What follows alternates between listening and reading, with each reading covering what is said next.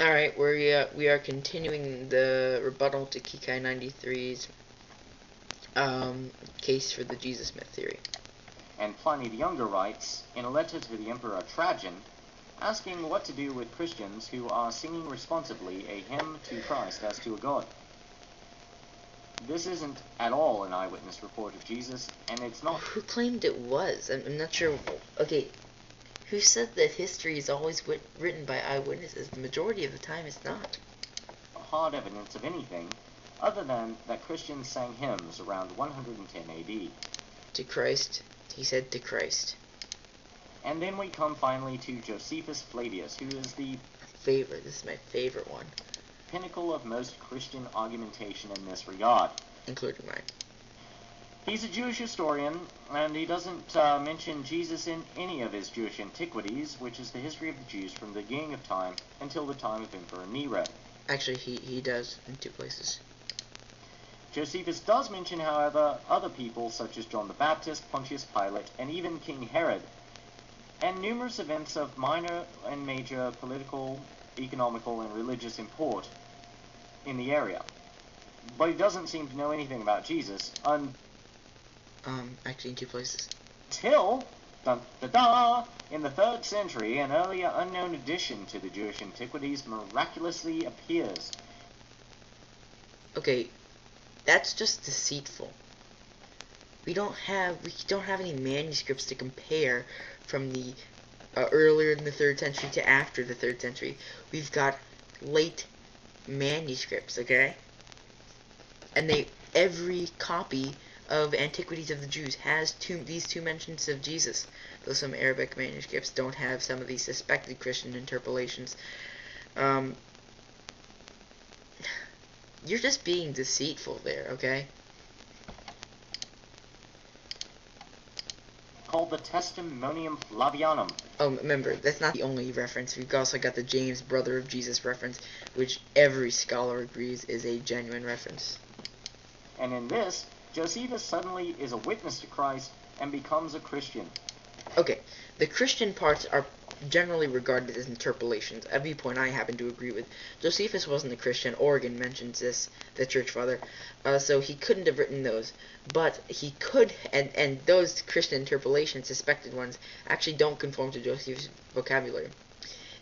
If we take out the Christian interpolations, it conforms perfectly to Josephus' vocabulary and his perfect Josephine style.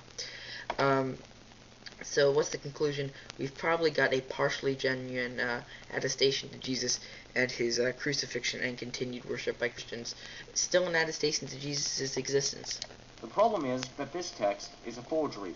Nearly You just contradicted scholars. all secular historians and even some sects of the Catholic Church acknowledge this. No, actually, nearly all secular historians acknowledge that this is a partially genuine reference with some Christian interpolations. It is demonstrated in the study done by the leading Josephus scholar where he polled and said that was the majority viewpoint. The forgery was most probably, though we can't conclusively prove it, written by the infamous bishop Eusebius of Caesarea. Eusebius forged a lot of texts, and if you doubt that Eusebius forged or was capable of forgery, consult his own work, the Preparatio Evangelica, 12th chapter, 31, where he describes the use of fictions, that is, lies, as medicine to inculcate faith. Okay, well, Eusebius may have added the interpolations, but that doesn't mean anything about the original text.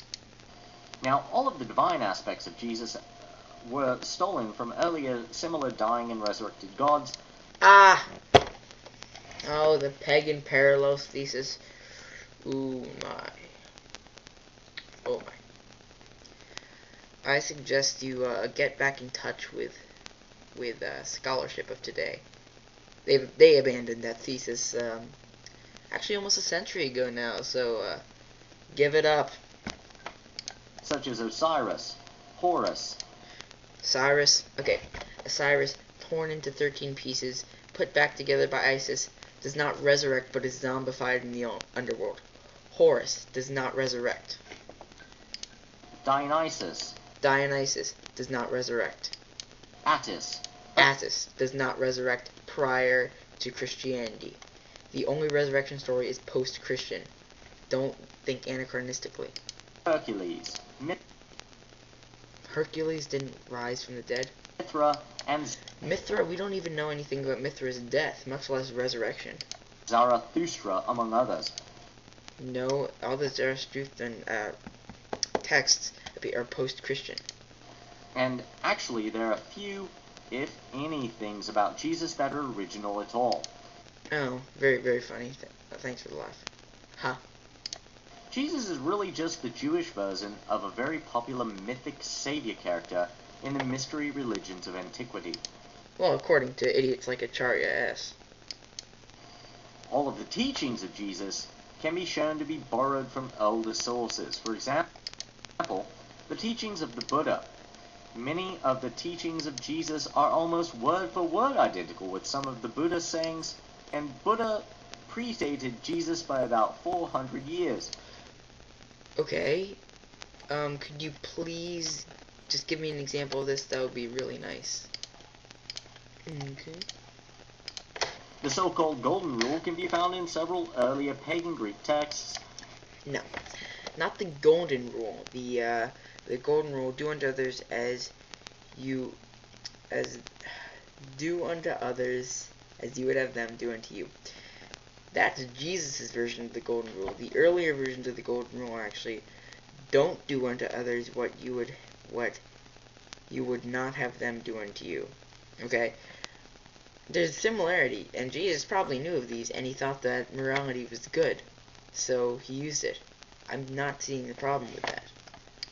And the famous Sermon on the Mount is actually a compilation of so-called sayings of Jesus, which first found its homogeny in the 2nd century AD.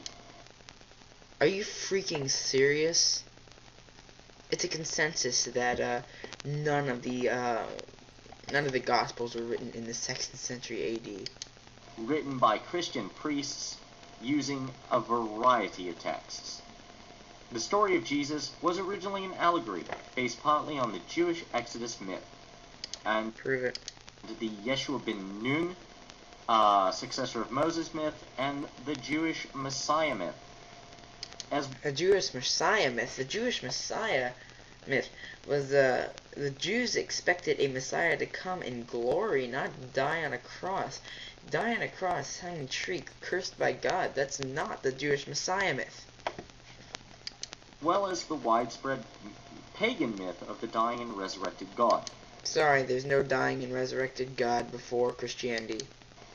Later, uneducated Christians in Rome and other places, without the insight and understanding of the deep Gnostic meaning of the text, started... Gnosticism arose in very early forms in 50, and only became prominent around 100. Okay, there's very little Gnosticism when the texts were written. Please keep your ignorance to yourself. To take these allegorical stories at face value, and Christianity as we know it today was born.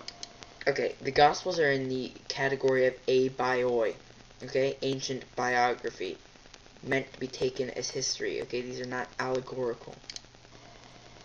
There is no real historical evidence of an historical Jesus. Oh, there is actually. We've got references by Tacitus and Josephus, and you argued against those earlier, but that's already been rebutted.